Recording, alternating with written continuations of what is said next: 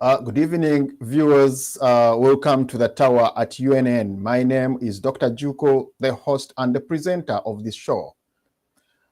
Tonight, we are having a very good discussion about issues that have trended in Uganda, and particularly the issue of the school reopening.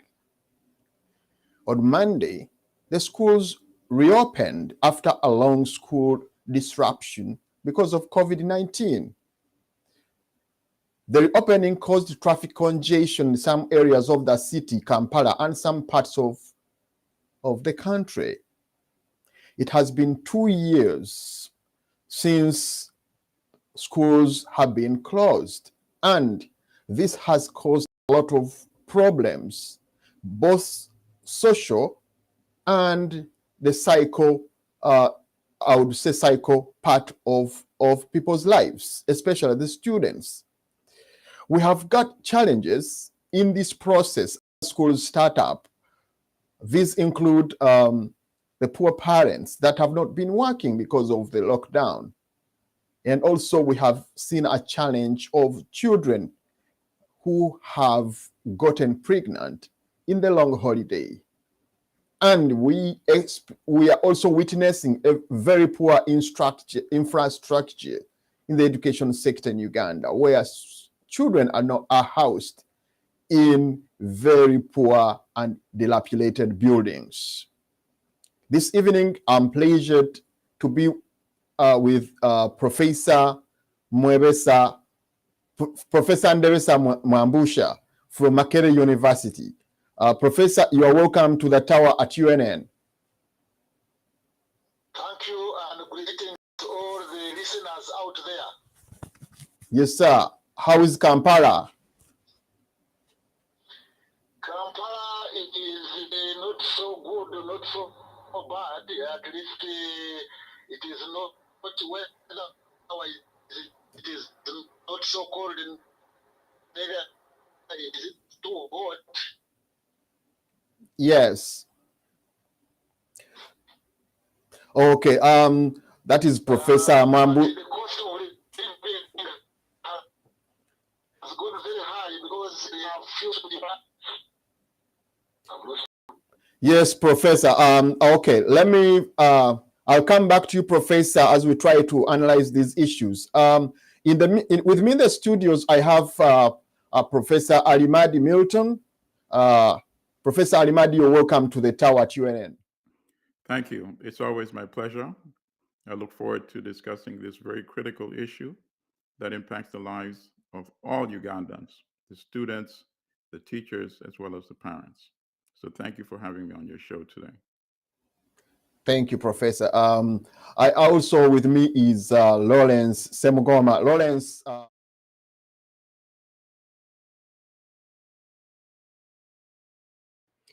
Well, thank you so much again, Professor, Dr. Juko, for another pleasant invitation to feature on the UNN Tower for another topical discussion. It's always a pleasure being part of the show, and I look forward to having a good discussion with all these big brains we have in our country. Thank you so much. Thank you very much. Before we start our show, let me have the producer with the video, some videos that show how Uganda reopened the schools. To be back in school? Yes. A first day back at school for these students. It has been almost 2 years since they could study together.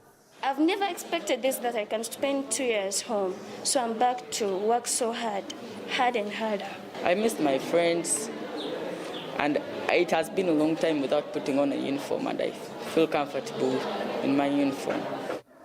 The teachers too have had to bear with the long wait. We were really yearning so much. The day the president would speak, and on that day, believe me or not, we were there listening and really praying so that we come back. These children, we get bonding between us and them. If they are not there, we also feel we are missing. At the school administration block, Parents and students wait for admission letters. Others clear their fees. While the students and teachers are glad to be back in school, concerns still linger about a start and stop situation in case COVID-19 cases continue to rise. Last June, the end of the lockdown means children in Uganda will once again get to experience one of the most important parts of their lives, education. Schools there have been closed since March 2020, shortly after the first case of COVID-19 was confirmed on the African continent. Some classes reopened in February last year, but shut down again 4 months later as the country faced a surge in infections. Analysts say the last 2 years have had a devastating effect on children and young people. Why schools had to remain closed for this long is a question that, by and large, nobody can ask. Even the government itself cannot explain completely.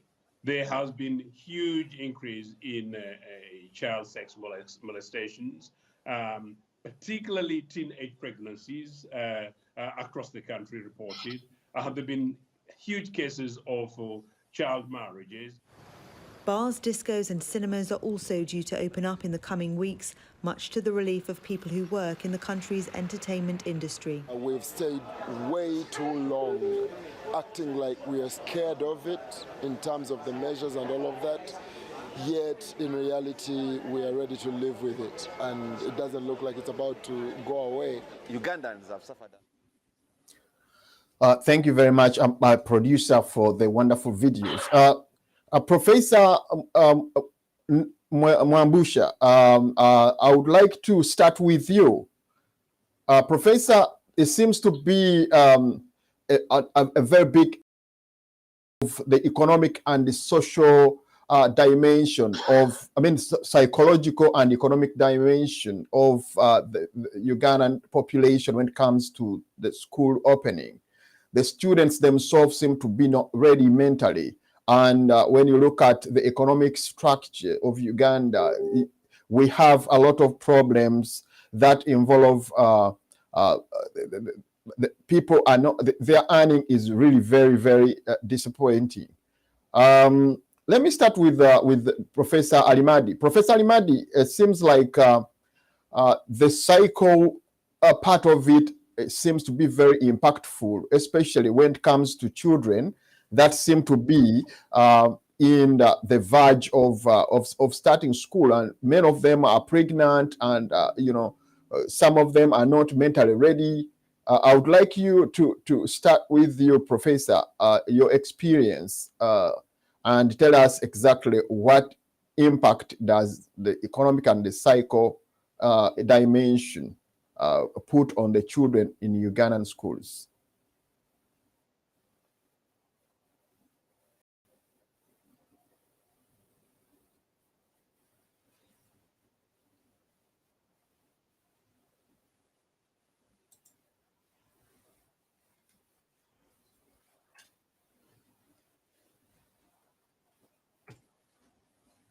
Through primary school, secondary school, and all the way to the universities.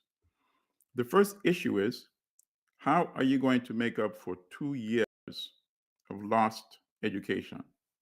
And this is where I take issue with the government itself. A challenge can always be used as an opportunity. So I don't think that the government embraced this challenge and turned it into an opportunity. And what do I mean by this? The curriculum that we have in most of our schools focuses on memorization. Students are not really taught critical thinking or critical skills. So once you realize that you had made the decision to shut schools for an extended period, this is the time you should have started examining the curriculum in the first place. Because what is the purpose of education? Not just to send young people to a building where they listen to somebody speaking to them or preaching to them, but the purpose is to teach them skills that will improve the quality of life and make them much more productive citizens of the country.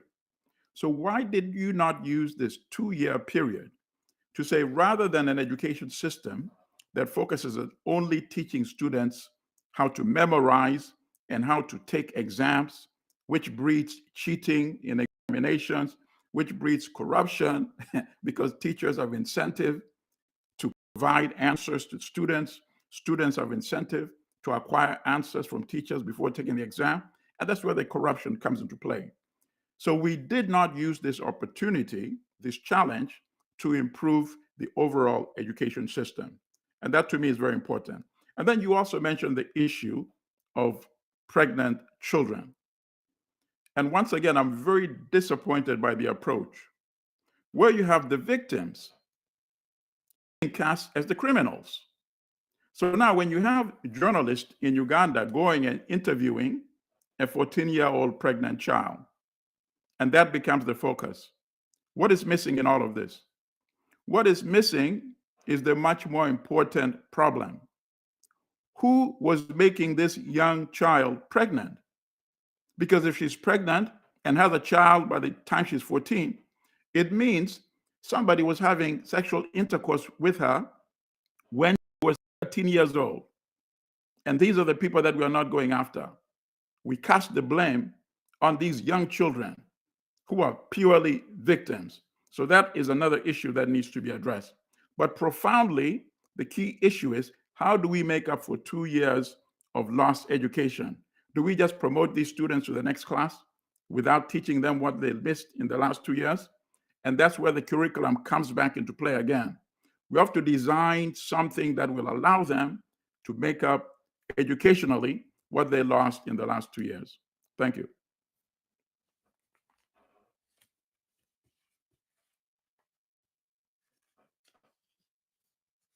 Thank you very much, Professor Limadi, for that wonderful kind of insight. I have Professor Mwambusha. Professor Mwambusha, I think you hear me now. I can hear you. Yes, Professor, the issue of the psycho and economic element of the children is very paramount at this time. Some parents don't have the money, and yet the prices of or the costs of education are very high. Also, many children, as we've mentioned, have gotten pregnant in the process, and I've had a lot of voices that these children should not be allowed to school because they would bring a bad image to the public about, and even the children that are in school. What's your take about that, Professor?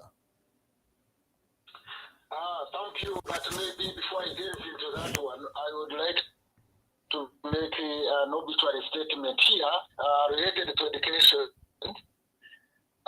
Yesterday, we were woken up to a shock to hear from the media that actually here in Kampala, in Kawempe, 5 primary kids were burnt to death in a dormitory, which caught fire, and the police is still investigating what was the cause of the fire.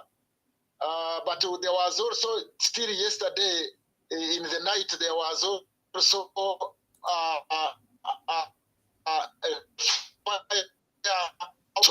which burnt the dormitories down, and one school child died also. That is very unfortunate, and I think it is part and parcel of the consequences of the long closure of the schools, because possibly the electricity connections were poor and they were made worse by the long closure of the schools. So it's very unfortunate that we lost 6 kids. Possibly by now, tonight we might hear that the others who were badly burnt might also have died. So that's the unfortunate incident. Yes, sir. Yes, you know, Uganda'S, yes. Go ahead. I can hear you. Yes, go ahead, sir. Yes, I was saying regarding your question, definitely Uganda has got very many issues. I mean, Uganda is a least developed country. This is a country, when you talk about the economy, the size of the economy, it is about, they say, around $40 billion, the size of the economy, and the GDP per $900. So that definitely is reflected in the with maybe poor organization and weak infrastructure for education, it has compounded the problem. But regarding the pregnancy of children, it was very, very revealing that during this COVID-19 closure, we have had very many children in their thousands, teenagers getting pregnant.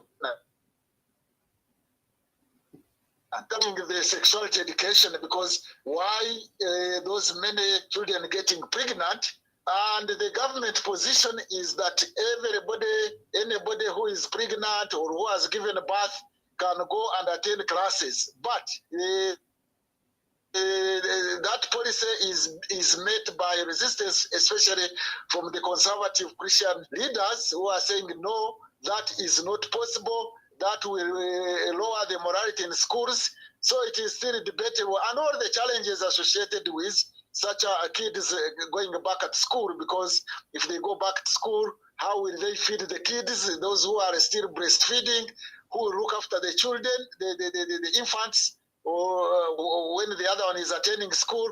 So there are very, very many logistical problems involved. There are also social problems involved, and there is also the outlook of the people here. But it is a wake-up call. Maybe it is a challenge to the attitudes of the people. It is wakening them up from the usual standpoint regarding morality, regarding schooling, regarding the girl child, regarding the policy on sexuality education. Now, regarding the attendance of the children, definitely there will be a very, very, very big challenge, especially in P1, primary one school, because we have got a backlog of children who had not been attending. That is 2 years. So we are likely to have maybe 6 million or 7 million kids going back at school. I mean, going to school in primary one, and we do not have infrastructure to accommodate such kids. That will be a challenge in terms of quality of education. You have a case where the government policy, education policy now, after COVID, after the opening, is that anybody can now go and be promoted automatically. You know, there are some students, some pupils, for example, of P1, P2, P3, and maybe P4, who had not studied even for 2 years, 2 months, I mean, and they have been automatically promoted. Definitely that will have a very big impact on the quality of education, to promote students, promote pupils from 1 year to another without first studying. So there will be very big challenges of curriculum, very big challenges of quality of education, and against the background that our education system, our education quality has also been very poor compared, for example, the rest of South Africa. It is said that Uganda's quality of education had come down, was behind the 2 countries, and this is even reflected in the quality of labor within this region. So there are very many big challenges. I don't know how we are going to wriggle out of them. And there is also the problem of governance, of governing education system in Uganda. In the past, like I said, during Idi Amin's time, when there was that problem of dictatorship, at least what made education continue running governance-wise is that PTAs, Parents Teachers Association, made a lot of contribution, both financially and management. But of late, they have been sidelined, that PTAs should not have a say in the management of schools because they may increase the fees and what have you. So there is that challenge of governance, but also the cost. The parents and guardians have just come out of a lockdown. They are definitely very poor and they cannot afford fees, but the schools have been increasing even the fees, because also private school system, which is mainly running the education system in Uganda, also had a very big challenge in the sense that within these 2 years, when they were not operating, they accumulated a lot of loans. they have to pay back the loans, they have to run the schools, and they must get money from the parents. And yes, go ahead, Professor. Actually, the most functioning schools are the private schools, because even last night we were listening to the news that public schools or government schools have registered a very low turnout of the pupils and the students, and yet in the private schools there is a higher turnout. That means the private schools, which actually are running the school system, are charging exorbitant fees. Parents are not affording, and that will bring in the other question of inequality of education, access to education. Whereas in the past, most of the upcountry children, sons and daughters of peasants, would access quality education. This time around, when you are from a poor family, a poor background, and also a poor region, because the Uganda Bureau of Statistics has demonstrated that some regions in Uganda are so poor. Say like eastern and northern regions are so poor, and this is reflected even in the school enrollment and the university enrollment. So COVID-19, the lockdown has worsened the situation. So the challenge is not going to be only the quality of education, it is also going to be reflected in unequal access to education. And we don't know where this will take Uganda, because that one can also be reflected in political instability in future, because if you have certain regions not having access to education, 10 years, 20 years down the road, it means there will be a lot of inequality, economic inequality, and job inequality in the country. So the whole challenge of lockdown and COVID-19 is reflected in many aspects of the lives of the Ugandans, and it needs sober minds, it needs concerted efforts, it needs a big dialogue if we have to overcome the challenge that has come with COVID-19.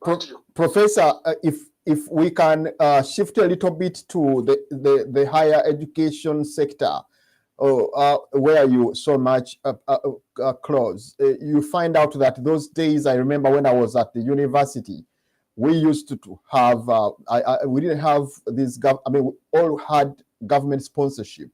And those that couldn't be accommodated would be given Naira money, and we are really feeling very rich down there. Here comes a situation that education seems to be very expensive, and yet the jobs are very minimal. What is your take about the people that you produce from the universities that don't have jobs in this regard?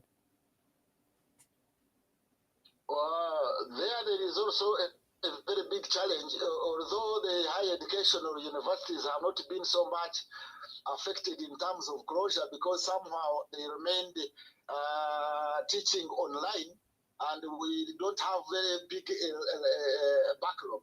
Okay. But about access to education, to higher education, yes, there are some government students, government-sponsored students, but they are few, and the government has tried to come up with a loan scheme, but those who are accessing it also are few.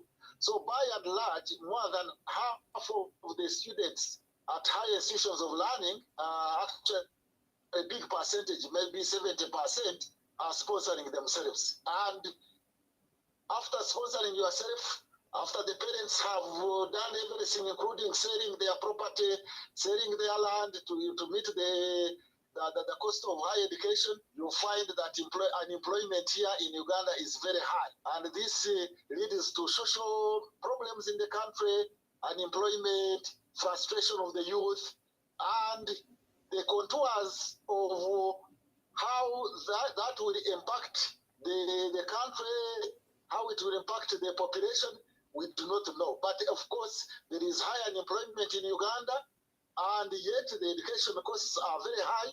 So all these are challenges that the country is facing, which might be reflected in the future in many respects than one. It could even spill over into political instability. It could spill over into criminality. The only window of hope that is there now is externalizing labor in the Arab world, where our children are getting employed. Their rights are being violated very much. So definitely higher education has challenges. Access to higher education has challenges, and it is very expensive. And that is a situation that Uganda we find ourselves in. Finally, Professor, before I leave you go, because I believe it's also late in Uganda. Is it late Uganda? I wanted you to have a comment on what would you think would be the approach of the government when it comes to, in some countries, the social workers play a very big role. And as I see you, you are one of the lecturers of humanity and social science. The social workers in other countries play a very big role in such a situation that we are in Uganda, where they have those places where children like those that went pregnant and those that have children would be taken there for counseling and also preparing their minds for education, and which doesn't happen in Uganda. What's your take? What's your advice to the government over that? First of all, let me make a comment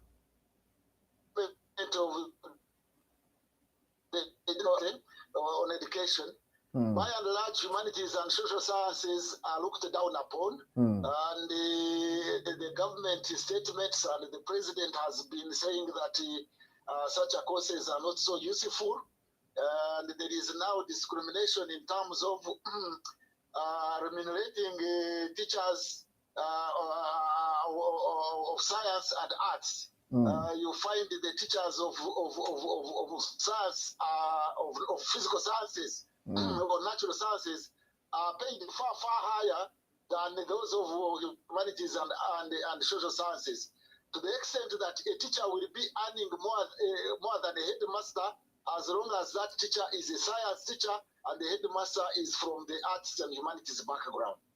Now, concerning services like social psycho support for the children, we do not have much in Uganda. It is not a culture here, and there is, I don't think there are even funds for paying such a people to assist these youngsters. So that one is not a common phenomenon in Uganda. It's not a culture, and I think the social cycle support that normally people get in Uganda is from religious people, and yet religious people, most of the religious people are now against these pregnant children or those with babies to attend school.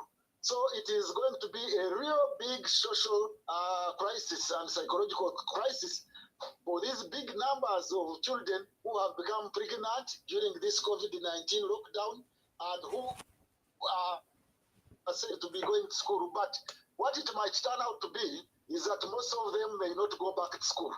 Very few whose parents have the means may go back, but I think the majority are likely to lose out. And there are very many. You would find in one district, and our districts are now small districts, they would be talking in terms of 2,000, more than 2,000. So you find in a bigger district like our former districts like Busoga, you are talking of 24,000 or 20,000 children who have either given birth or have become pregnant. So we are going to have a whole generation of the girl child losing out on education on account of these challenges, and this calls for a review of the education policy.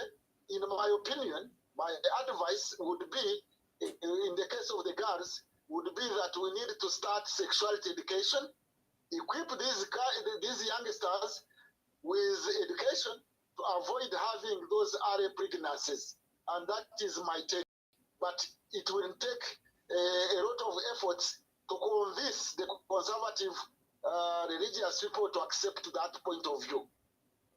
Thank you very much, Professor Ndebesa Mbusha. Professor Ndebesa is a senior Makerere University lecturer in the department or the College of Humanity and Social Science. Professor will be always in touch with you to give us, especially at a time when we shall be discussing the planning and policy implementation of education sector. Thank you very much for your time, and we hope to be in touch with you very soon. Thank you, Professor. Yeah. Professor, Lawrence. Lawrence, I want to be with you now. Lawrence, we seem to be having, as you've heard from the professor, we seem to be having a very big bad culture in Uganda, where people don't take issue of the mental dimension of children, of the people. Is not too much catered for in Uganda, and yet it is one of those issues that really can affect our children. What is your take and discussion over this? Thank you so much, Dr. Yuko, for that question. My take on this particular issue is, of course, we can almost all agree, having gone through the system, that there wasn't that much psychological support from maybe the state, if I could put it that far up, or and the schools did what they could at that level.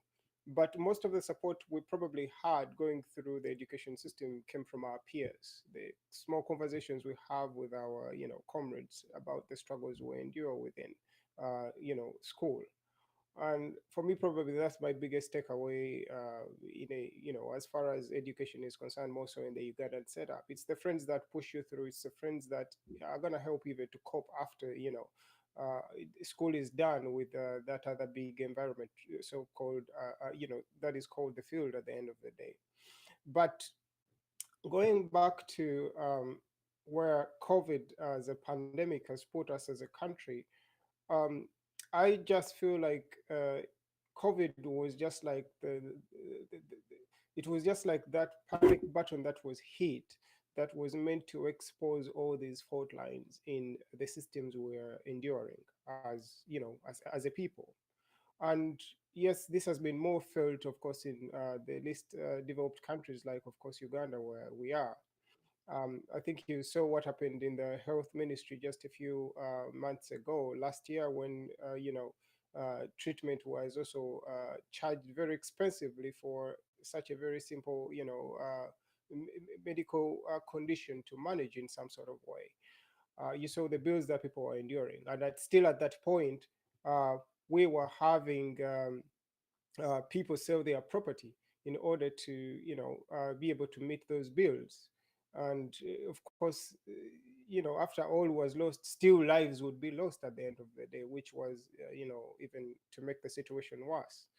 Now, leaving health alone, because that's not the topic for the day, looking at education, uh, just like Professor Ndebesa has just elaborated, we have a backlog of all those over 2 years, because these children are growing, and they are now in school going age, and they are supposed to be, moving from one level to the other. Now, if you put a freeze on all classes, that means that people you're keeping out of the system, and putting in place, and putting in mind that the classrooms have just enough capacity for a certain number of students, which is not, I mean, even with the structures we have, they're not able to accommodate more, all the students per se. You've seen students that are studying under trees, makeshift houses, and all that. And in some schools, you have a ratio of one teacher to over, 3, 4, 500 students, which is rather very absurd.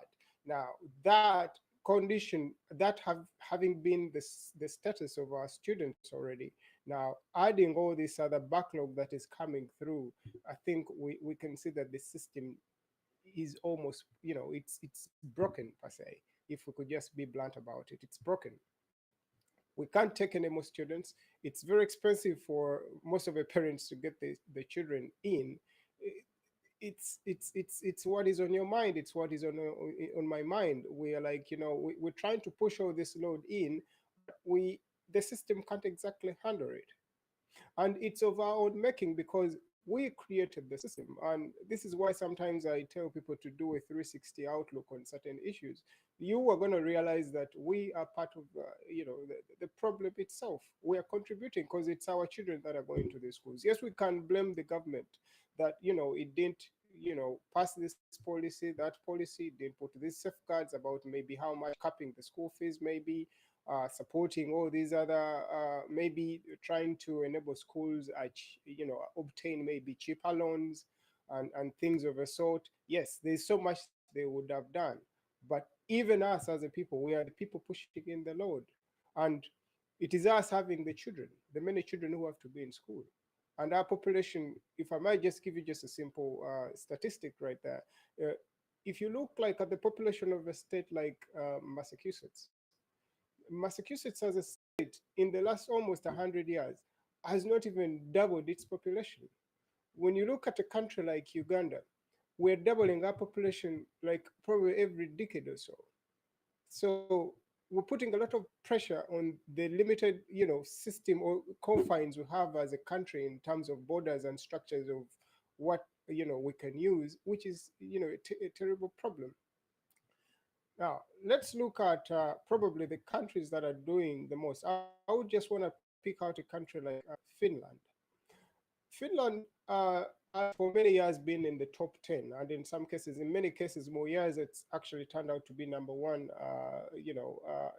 country in the world that is having the best education system.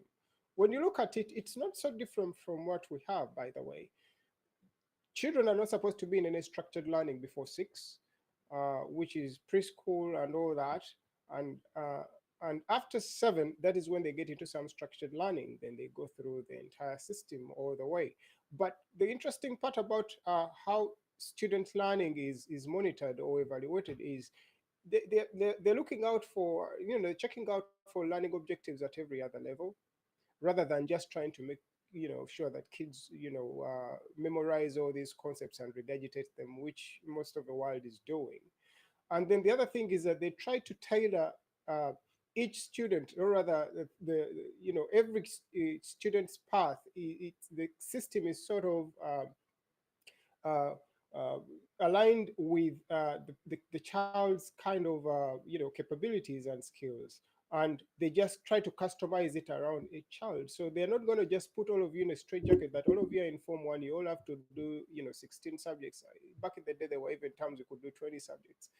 I think that's too much. You're trying to ask for so much for those from those young minds, and yet you could have put in just what is relevant and enough that is going to actually help them in life. And going down to how that system ends up at the end of the day, children can choose to either go into vocational studies or general education. General education is what gets into the sciences or arts, or what as a university education.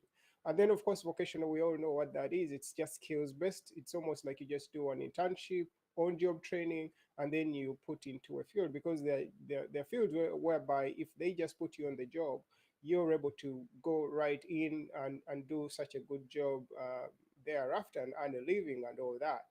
Now, and of course, uh, education out there in Finland is free for the most part. So parents do not have really the burden to be looking for fees, especially more so in these lower levels. Not that there are no private schools. Yes, they are private schools, but the majority of the schools they have there are public funded. So you're not going to have bank slips that have ridiculous amounts of fees that parents have to come up with, in addition to going through life, making sure that these kids are fed, dressed, and even themselves and the rest of the family, because how we live back home.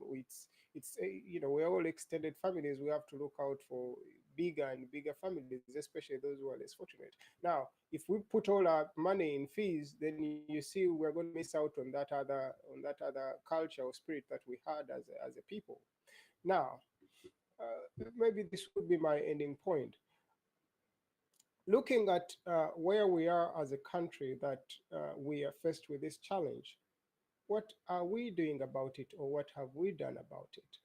Yes, we are having shows like this, discussions like this. This is good, and I like the way Professor Ndebesa just acknowledged all the issues that we are facing.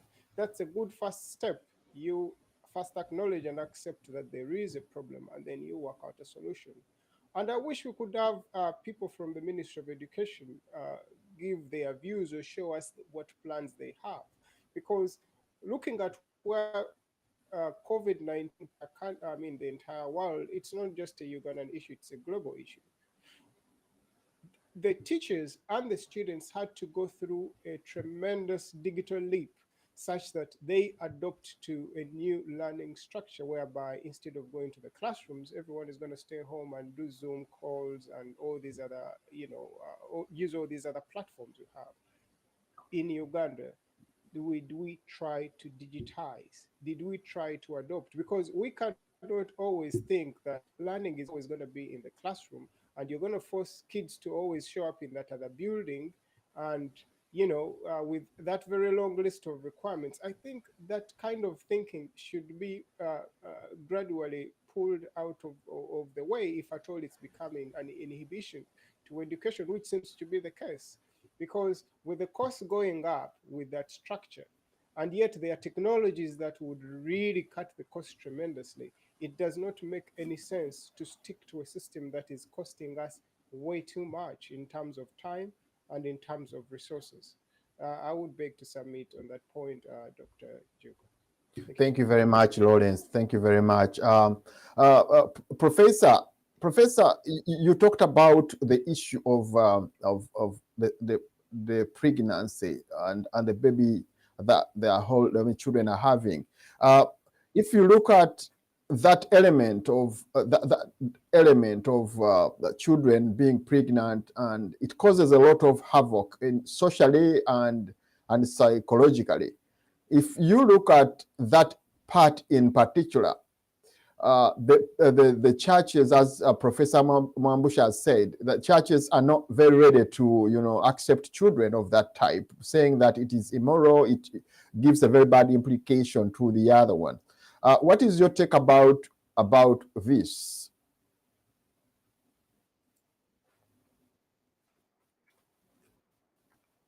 In that case, are acting immorally.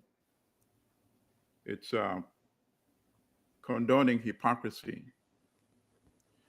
My favorite kind of church minister was Archbishop Desmond Tutu. This is one of the most revered men of God who joined the ancestors in December. Archbishop Tutu, nobody can deny his spiritual credentials. Yet at the same time, he faced the real issues that we deal with on this earth in a very practical manner. So now you're saying these children should not be allowed to come to school because they will be setting bad moral precedent for the other students. What kind of nonsense is that? It's inexplicable to me that when you have a situation that you're already facing, you're still pretending that this is an issue of morality.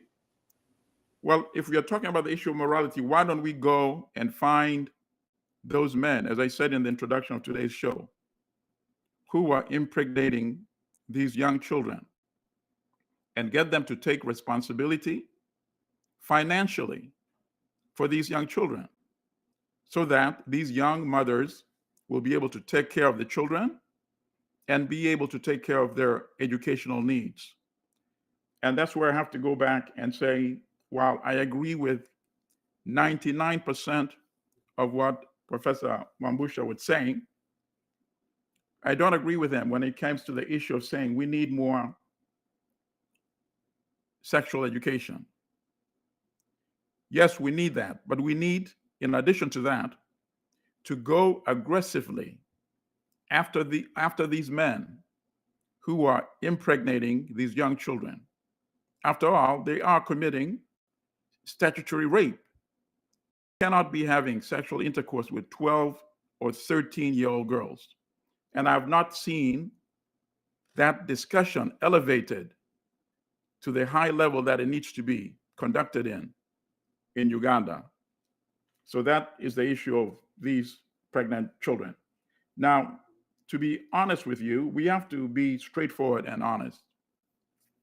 Education is not a priority of this government in Uganda.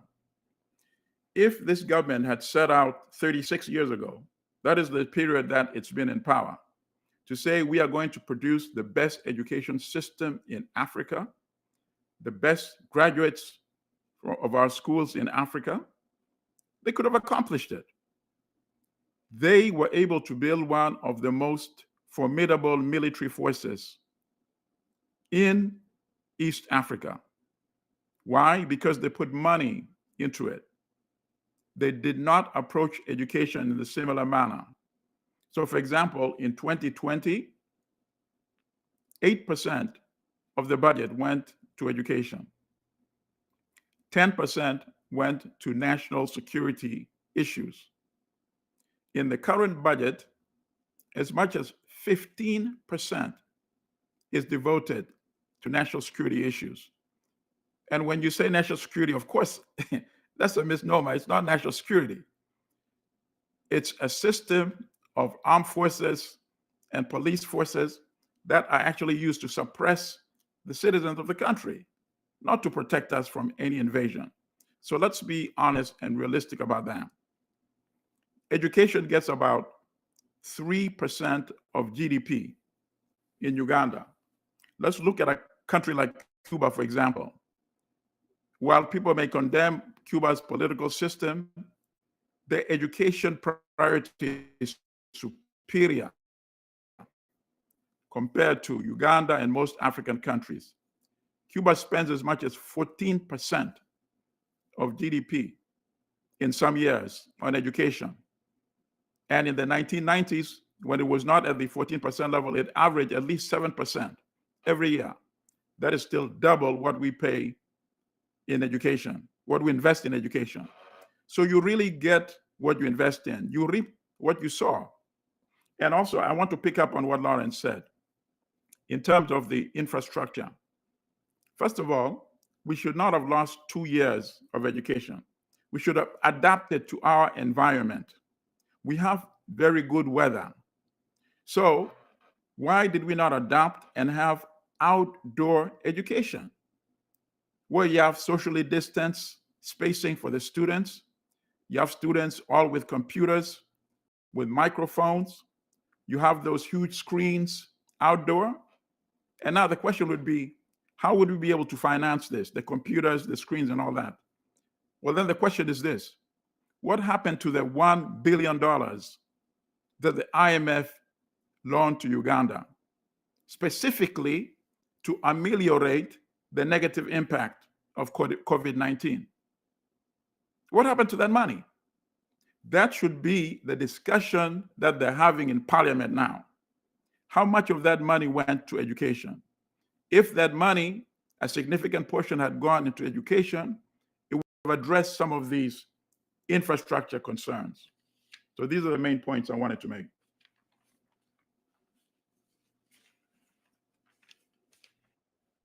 Professor, for the wonderful observation. Let me have a video regarding the school pregnant children, and then after that we shall change to the topic of the infrastructure, education infrastructure.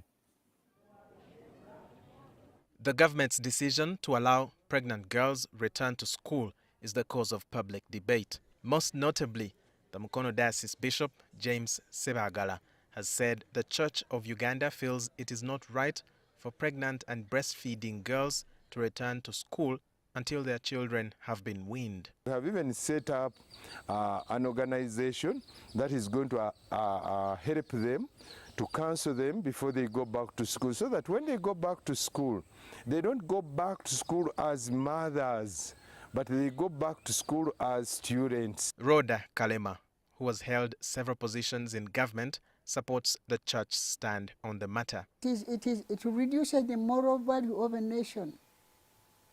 It's not the right thing to do. They should have taken a year, I'm coming to that, taken a year off and come and finish.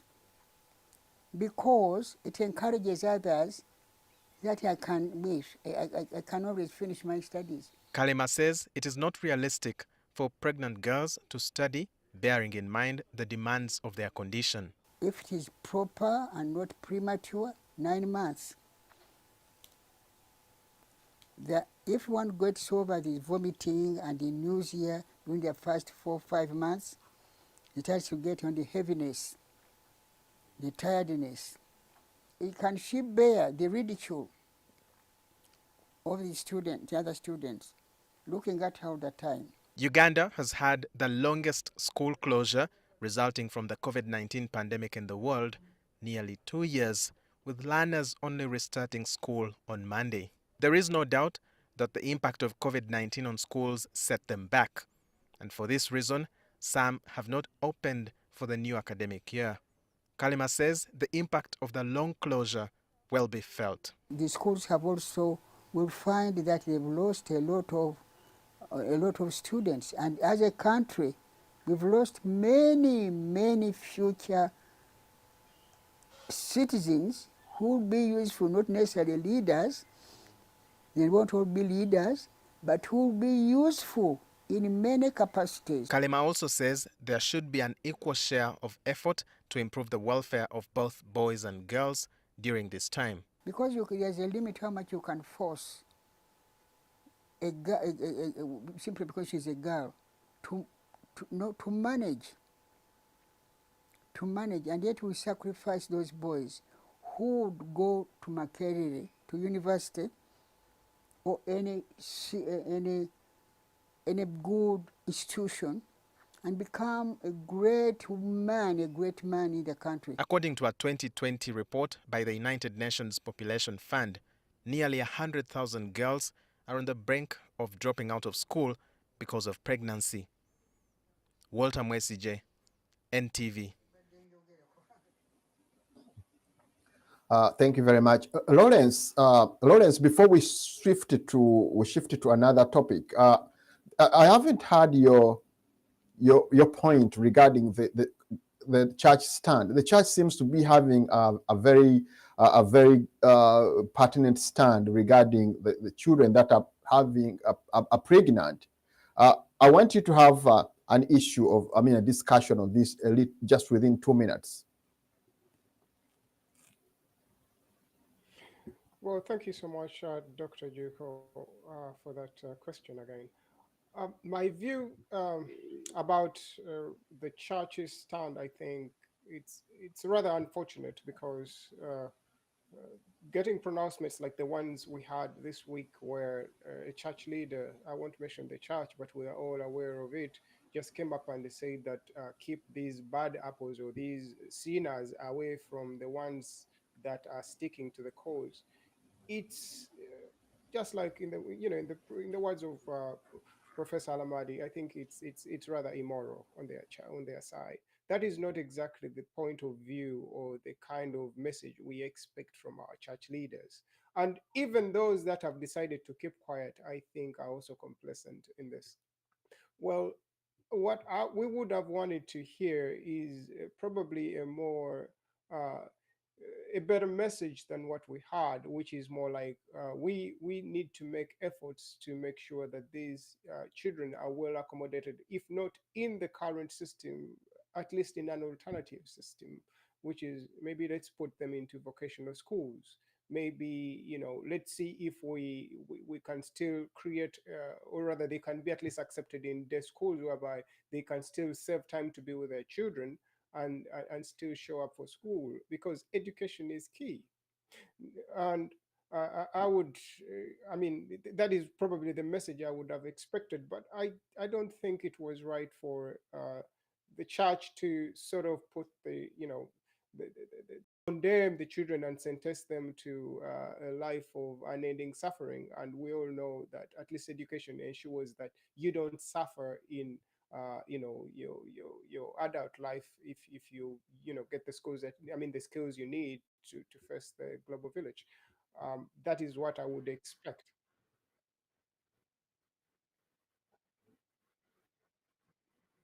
Like the church is saying that they should hold for a year at the time when they are pregnant, because now when you look, if you put other factors constant, you look at the behavior changes of the children when they are pregnant. They eat a lot, they need very good nutrition and all that. if you bring them over among the other children, I think it might have an impact on themselves and as well as the other ones. They would look at it as normal to be pregnant, and yet, you know, culturally, they were. I mean, all societies in Uganda are condemning the pregnancy getting pregnant at when you're still at home. I think. What's your take about that? Yes, Dr. Juko, you know, this is one of those issues whereby whichever answer you give is both probably right and wrong, because I think even in trying to get to the solution, you see that it creates a society or cultural conflict. But let's look at things exactly the way they are. To start with, I don't think it is a sin to have children and for any girl to have that desire. At a certain point, this is only expected. Of course, we did set, you know, the age of consent to be at least 18, which should be respected. Some societies have, you know, tried to play with that number, whatever the case. But it is not exactly outside the scope of probabilities or possibilities for any, you know, any person out there that they are going to, you know, tend towards that direction at some point. So it's not entirely wrong. Looking at it from just a pure humanity point of view, it is okay. But we can say that yes, it is wrong at this point because the child was still in school. It is wrong because the body isn't fully developed. It is wrong because it is in the penal code that we should not have kids getting, you know, impregnated at this stage by people who are much older, and we've created laws to that, pedophile laws and all that. So if all those are into conflict, I think all those can be addressed. Yes, even for the church, to a certain extent they are right, because that's exactly the message they're supposed to push out. Otherwise, if they encourage the girls, then it is going to be like, oh, you're promoting this, then you're going to end up with, you know, everyone in the system doing exactly that. But we need to be cautious, of course, of how we deal with this. And that is exactly why I'm saying it's a double-edged issue. Whichever solution you give might end up being the wrong one. But we can agree that with more information and more research and more people who have gone through this and experiences globally, is that you cannot exclude a people from a service that actually a human right, because our education is also a human right, just because of what choices they've made at some point. We can always try to find a way of putting them back or steering them back to the course. And we're like, no, we understand you've done this. And this is probably a failure of our society to put up maybe enough psychologists or psychiatrists to help these kids along the way. I would imagine if we had these children already being monitored or helped by, you know, psychiatrists out there and social workers, they would be able to probably give the best advice to these children, and maybe, you know, in case they're thinking of being sexually active at some point, being given the advice on how they should go about it. And that should have been the approach. But just saying that these are now very bad people who shouldn't be mixed with the others, I think that is rather archaic. It's an outdated fashion of dealing with issues in today's global village. Yes, Professor Alimadi, a quick one, Professor Alimadi. When you talked about the immorality in terms of the church using, right, it went into my mind that possibly the church is trying to protect the morals, the religious morals and the cultural morals. Because when you look at these children, the rest are going to look at it as if it is normal for anyone to be pregnant and then comes back to school. Apart from the looking at one side of it, that is looking at the side of the child in particular, but also look at the society. Would you, in a few minutes, just try to, you know, deep into that? Yeah, I would say the church has to be relevant and adapt with society. Otherwise, increasingly, churches become irrelevant. And that has happened historically, of course. Some churches that used to be much more powerful are not as powerful as they are today because they failed to adapt to the realities on the ground. That's why I gave the example of Archbishop Tutu. Even the Roman Catholic Church has adapted to society, realized that there are things that traditionally the church would not find acceptable that have now become acceptable. If a huge church like the Roman Catholic Church can do it with the whole Pope, adapting to society. What is so special about the churches in Uganda not adapting to society? Historically, unwed mothers had been pariahs. People that had sex before marriage had been pariahs. But now society understands that's not the way you should approach human beings, because you end up finding that everybody becomes a pariah. Then who are you going to have in your church? When HIV/AIDS was such a big tragedy and phenomenon, the church initially, of course, still maintained the position that people must refrain from having sex as a solution. But that was highly impracticable. And even the churches realized that sexual education, including the use of condoms, had to be embraced. So the church in those situations acted to the real situation on the ground. Now we have another real situation on the ground in Uganda. We must stop criminalizing these young children, these victims, and find ways to accommodate them, as Lawrence suggested. And as for the other children that might tease them, abuse them, we need to educate them.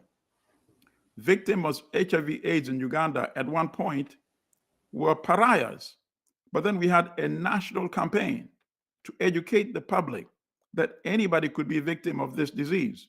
And increasingly, they became less of pariahs and people started seeing them as victims. So I think we can do the same thing to these individuals, these young children. And my final say on this issue is this. It's amazing to me that the church would see these as challenges to moral probity when we have killers in Uganda killing people for political reasons.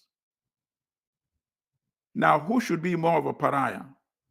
Those killers who kill people for political reasons, political differences, or these young children? And that's the question I would pose directly to all the churches in Uganda.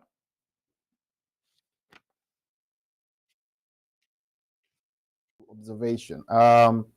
Let's shift swiftly to another topic of the infrastructure. Uganda seems to be having very, very poor infrastructure when it comes to education, where it has been so much clear among those videos that have been running on social media of the schools that don't totally have buildings, and others are having dilapidated buildings, which makes their children's learning very, very impossible. And on top of that, they are putting the children's life in jeopardy. Look at what Professor Mwambusha has said, that there are some children that have perished in the fire. I think yesterday I got two reports. One was in Kampala, another one was in the eastern part of Uganda. Let's have a video of some of the pictures of the buildings or schools which are purely, badly dilapidated, and then that's where we shall have our discussion from. Kajuenda Primary School in Mlanda Sub-County, West Budama South Constituency is one of the colonial government schools in Tororo District. However, the school with a population of over 1,000 learners risks collapsing anytime following deep cracks. The whole wall might be... It's not that. Taking me through dilapidated buildings, the school management team moved from one block to the other, which have become a death trap. This one is a bigger risk. The classroom floors are not any different. The pit latrines are also unsafe. You see this one? Despite this, children are still using the facilities since they have no option. There's no way we can avoid using it. We are in a terrible situation. These cracks were smaller. They kept on enlarging. And it will involve even imprisoning us, because they will say, why didn't you report this early? Parents have tried to contribute some money towards the construction of at least one pit latrine, but it has also stalled. Now, until I call them again to come and see, I give them accountability of the money they gave me, they can't again pay more money. So I am just organizing. This term has just started. I want to call them. They come and see what the other man has done, and then they contribute, and we slab this one, construct it for use by the pupils. The situation is affecting the school enrollment. Last year I had 1,350, but now I have reduced it to 1,096. So some of them have moved to those new schools. Whenever we call them, they say, no, government told us we shouldn't participate in these things. This is a government thing. Those are parents. The school management committee is now threatening to close the school if government does not intervene. But the district education officer, Albert Odoi, says such a decision is not called for. We'd rather have children who are safe, not killed, than having children at school who are being threatened with death which we are seeing. You and me, we studied under trees. If it is that bad, Pajuenta has very many trees where our children can still study. Odoi attributes the dire situation to inadequate government funding. Tororo has 163 government primary schools, and the resource envelope that we get, we interact with all the schools, we share. The district leaders are now appealing to the school management committee to be patient. Government is concerned,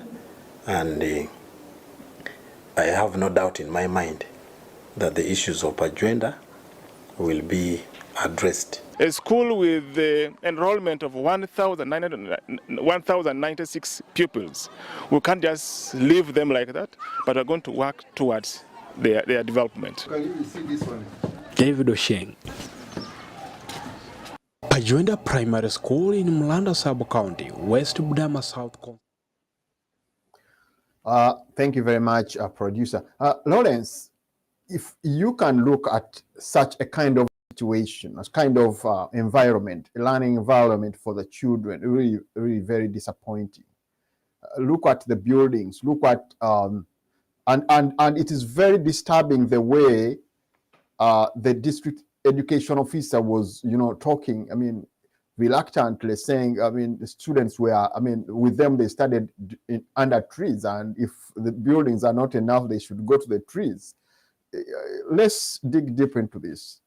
Does the Ugandan government really think about the future of our country? Look at our generation and the coming generation, the way they are studying and how they are really struggling to be in school, regardless of the government is, the government doesn't put in any effort to see that something possibly will come up. Well, thank you so much, Dr. Juko. Just evident from the video we just, you just played, it's clear that, that school in Tororo is in a very bad position in terms of infrastructure. There's cracks everywhere. Children are, using windows as doors. And of course, in some cases, I think they're having certain classes under trees for safety purpose. I hope the weather is good, at the time they're actually under the trees, that there's no rain to come for them. And of course, if you are in this part of the world, I don't know how you could have a lesson under a winter, like the temperatures we're breathing right now. But back to the local setup, just like Professor Lamadi just said, this has never been, or education has never been necessarily a priority to the government, at least the number one priority. It could be on the list, on their to-do list, but it's down there, amongst other issues. Now, it's just unfortunate that maybe we don't see the value of education. Yet it is what is going to guarantee our future, because if you do not know what is in the world today or has been in the world in the past across all disciplines, this is exactly the goal of education, such that you can see humanity across timelines, such that you can better forecast and plan for the future. And you have to position yourself in places or sectors that make sense. Infrastructure is key. If we cannot build latrines, and everybody knows that is needed. It's you will have to use a latrine at some point. You can see the latrines are really in a bad position. It's it's more than degrading, because no human can actually survive without a latrine or a toilet. And this is supposed to be key. At least let's be like, we can't have the classrooms, but we probably will have the toilet, because everyone has to go in class. Some people might not go, or there could be some workarounds, but then you don't have workarounds for the toilets unless you're going to create an environmental crisis or a disease issue right there for the community. But how I would look at it is, surely the government really needs to pull up its socks. Dedicating 2% or 3 or 4% of the GDP is it should be a thing of the past. If you look at places like Chile and Hong Kong and all these places that are dedicating, as much as 20%, 17, 18% of their GDP, then we have a long way to catch up. And you can see how far the difference between these products of such nations and the nations that are putting in 2%, 1%. What do you expect when you're putting in just 1% effort? That just shows that you are not going to be able to reap the benefits of whatever project you're undertaking. So we're not exactly prioritizing, education. We're not funding it, at least on a national scale. And you've had the head teacher there saying that the parents were stopped from funding these projects by the government. Now it is not putting in the money, but it is going ahead to stop people, or the parents, from taking action.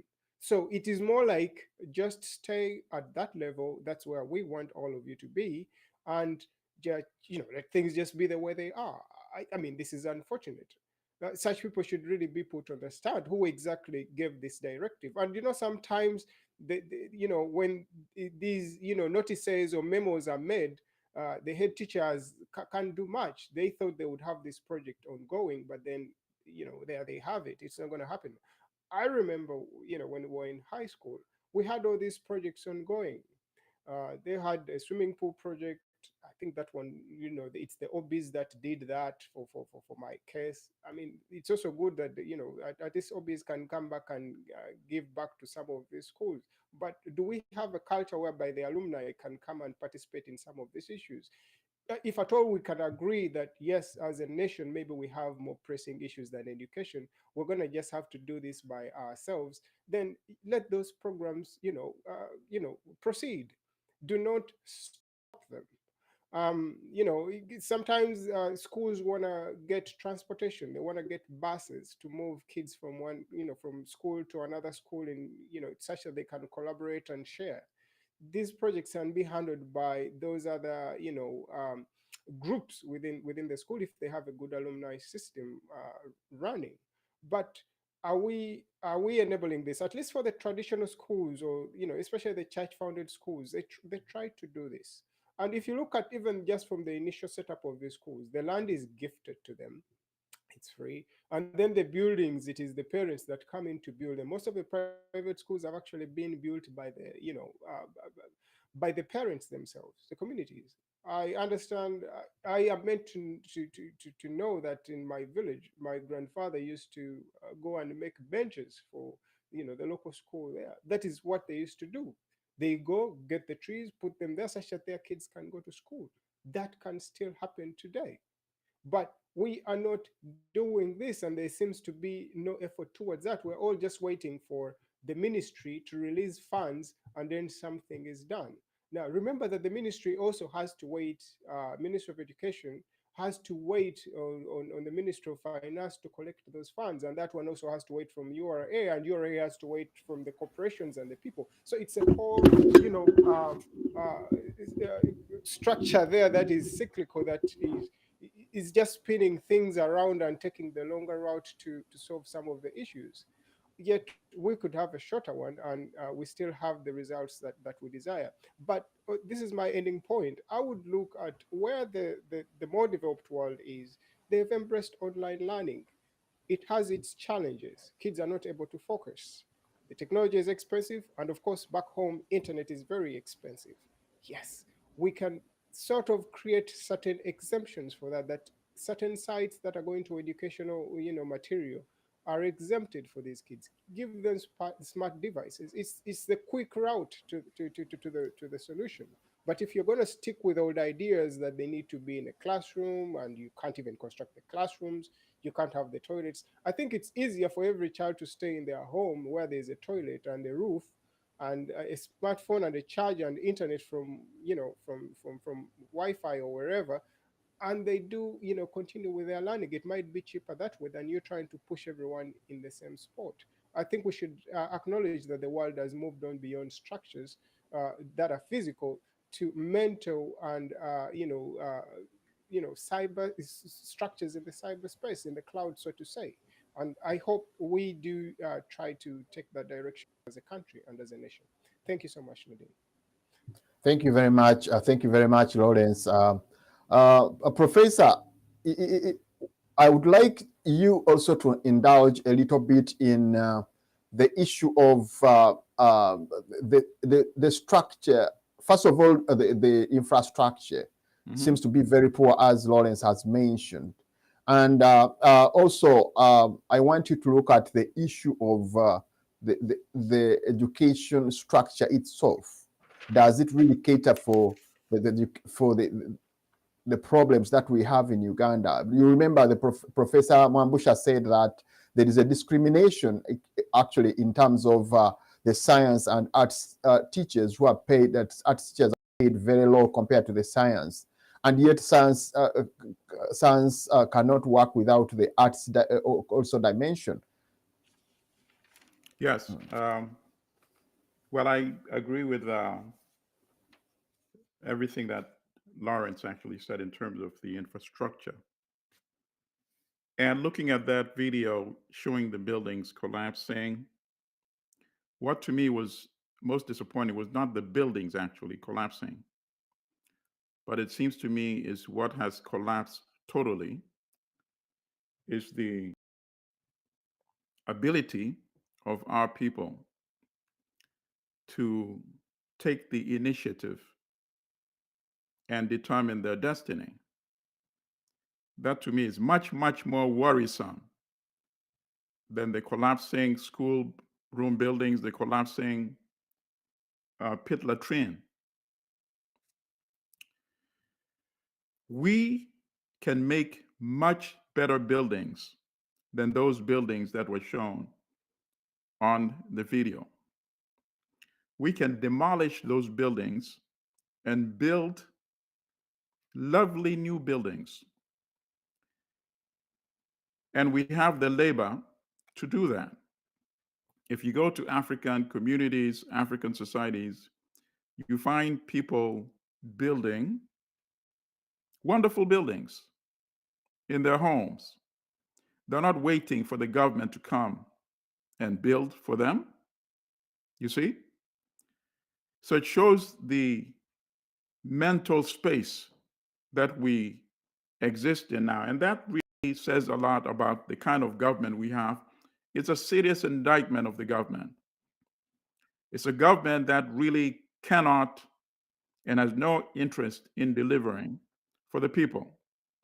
And let me give you a contrast to illustrate what I mean. In 1983, when Thomas Sankara came into power in Burkina Faso, it was Upper Volta, he changed it to Burkina Faso, which means the land of the upright people. Why did he do that?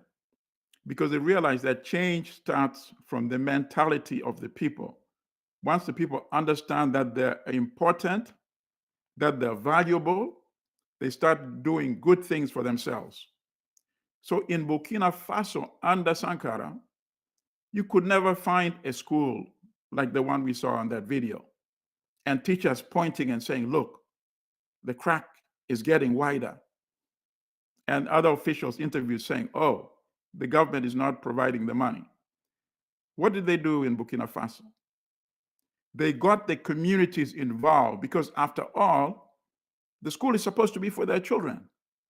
And they provided the labor, and they built schools in every region in Burkina Faso. So are you telling me that the parents of those children that go to those dilapidated buildings don't know how to build buildings? Of course they do. But the system is not encouraging them or allowing them to participate in that type of process.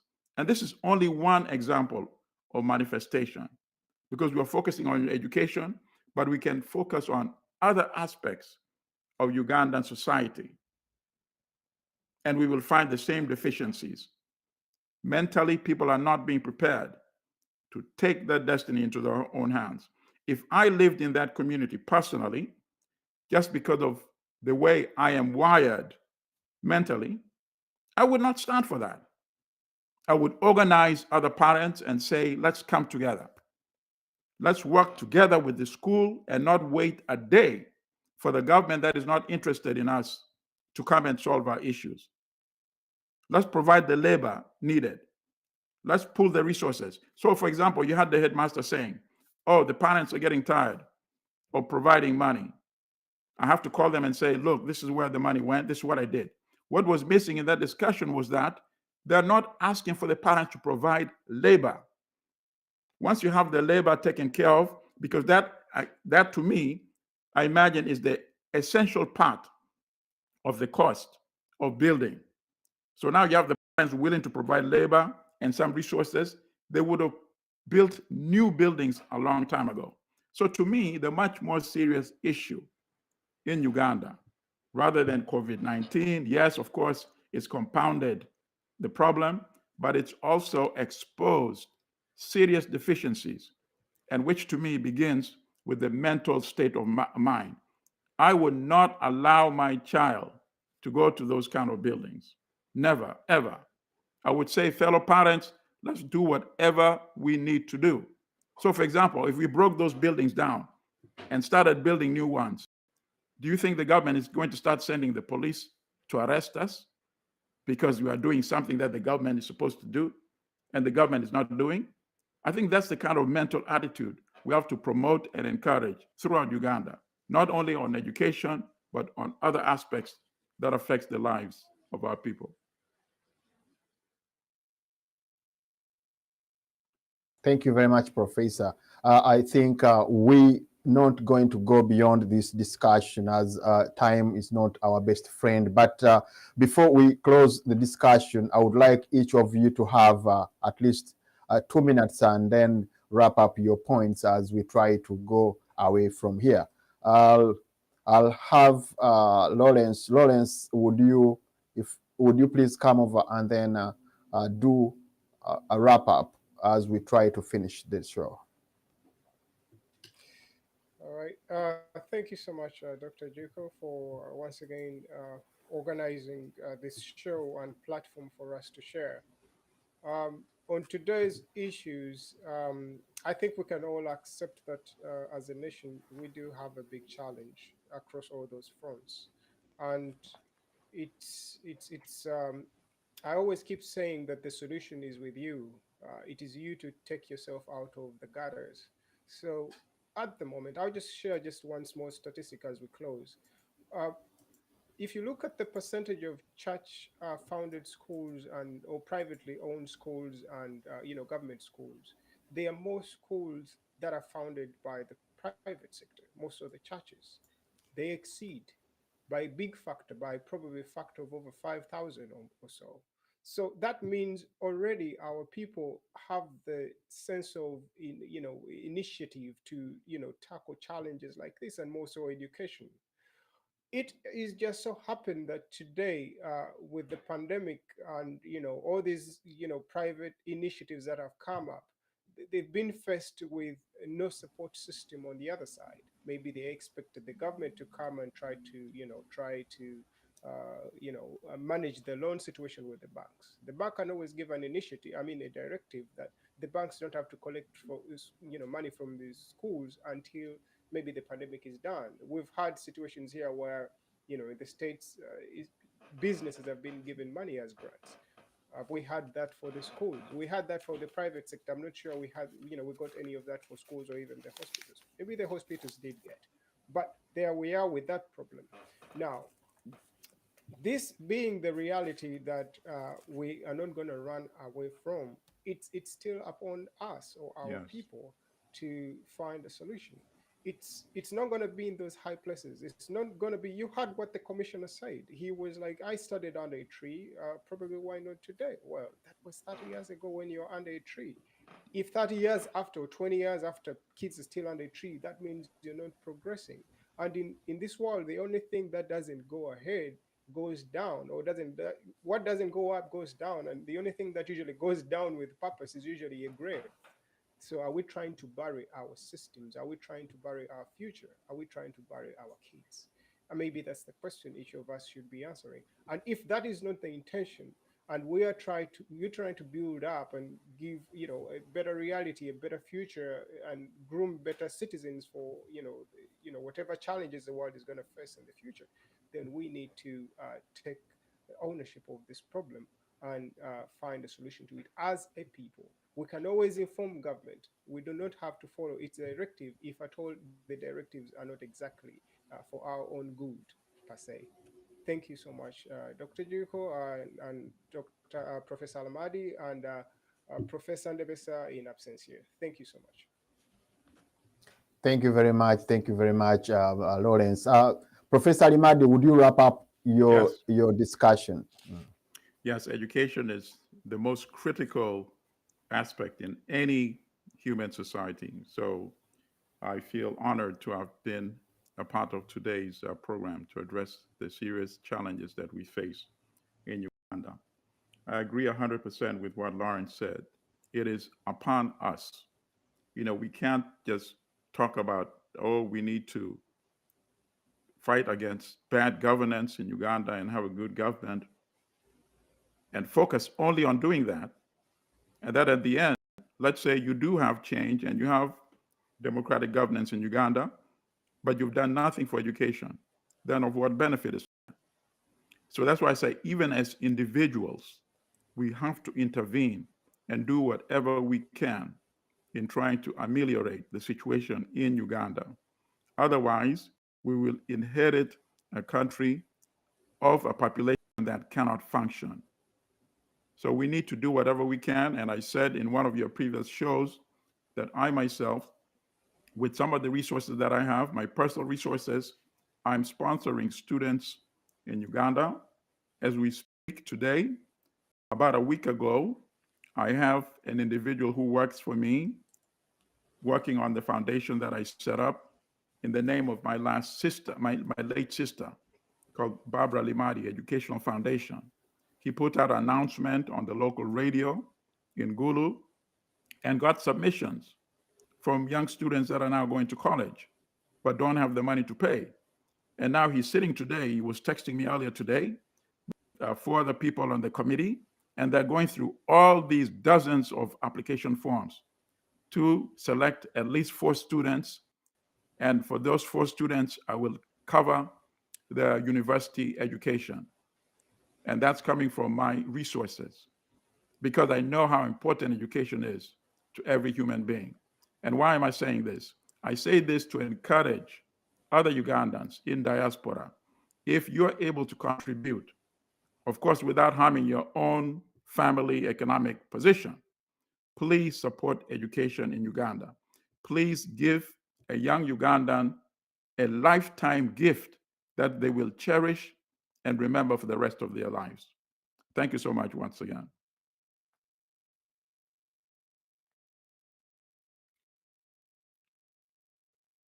Participation in this show, and we thank you very much, Professor Alimadi, Professor Mambusha, and Lawrence. Lawrence been very, very consistent in this show, in this program, and we appreciate all that.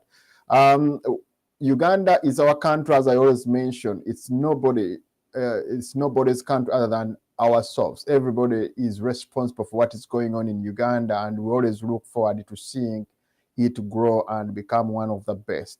It's usually very touching when you see videos of children studying under trees, children going to school in dilapidated buildings, having no clothing and all that, because this is the generation that we have to, to nurture in the future, that will be the professors of the country, the presidents of the country. If we can nurture them in the best way, I think we can always have the best future. Otherwise, if you don't train a nation, then you're killing the future. We need to come up strongly and try to advocate for those things that we think can be the best for our country. We thank you very much, those that always participate in this discussion. And we thank you, our producer, for making this show a reality. And we thank UNN for giving us the space to be having this discussion. Our viewers will always appreciate you, and we always depend on you. When you are not there, will not be able to give what we give. For now, we thank you very much, and we hope to have you the coming Sunday as we try to indulge again deep into Ugandan issues. So thank you very much. God bless you, and God bless Uganda.